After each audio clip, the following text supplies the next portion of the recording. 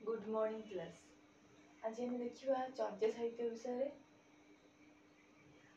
आज हम जानिबा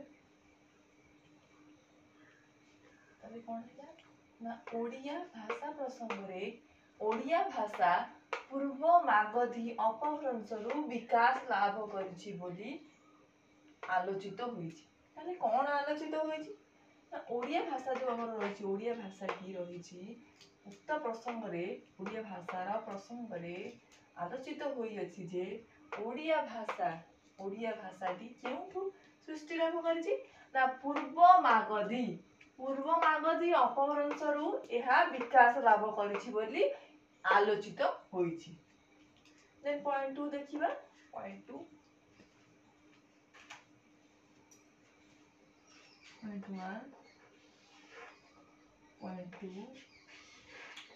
कोन दैछि ना बौद्ध सहज सिद्ध मानक द्वारा रचित चर्या साहित्य कहिले चर्या गीति और दोहा को बुझाए। ताले कोन कहिला पॉइंट 2 ना बौद्ध जो सहज बुद्ध धर्म जो सहज सिद्ध माने अछंती तांको द्वारा रचित चर्या साहित्य कहिले चर्या गीति और दोहा को बुझाए। कोन बुझाए का बुझाए ना चर्या गीति को बुझाए एवं दोहा को बुझाए। तापर देखियो थर्ड पॉइंट 3 चलित शताब्दी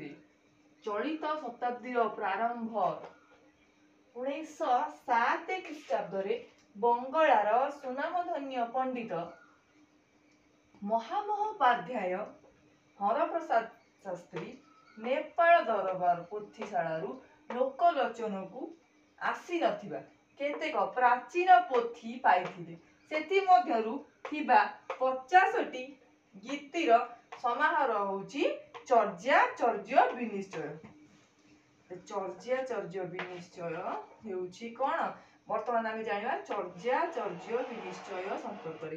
ताहले कोन हैला ना केबे चलित शताब्दी रो प्रारंभ रे कोन होइतिला ना 1907 ख्रीष्टाब्द रे बंगलार जो थिले कि ना सुनामधन्य पंडित थिले महामहोपाध्याय हरप्रसाद शास्त्री केउठारो ना नेपाल दरबार। तो बहुत इंपोर्टेंट क्वेश्चन। नेपाल दरबार रो कोउठो ना पोथीशाला कोन पाइथिले ना किछि जिंस थिला किछि पोथी थिला जाकी लोकलोचन को आसी नथिला।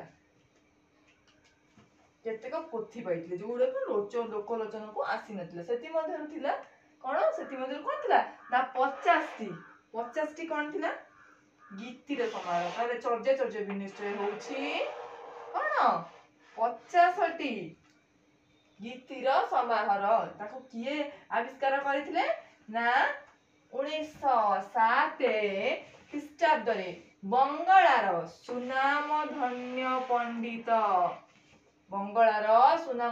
पंडित महामहोपाध्याय हरप्रसाद शास्त्री केउठारू ना नेपाल दरबार पोथीशालारू एहाकु से आविष्कार करिथिले। एथरे केतोटी गीतिर समारोह रहिछि ना 50 गोटी गीतिर समारोह चर्या विनिश्चय।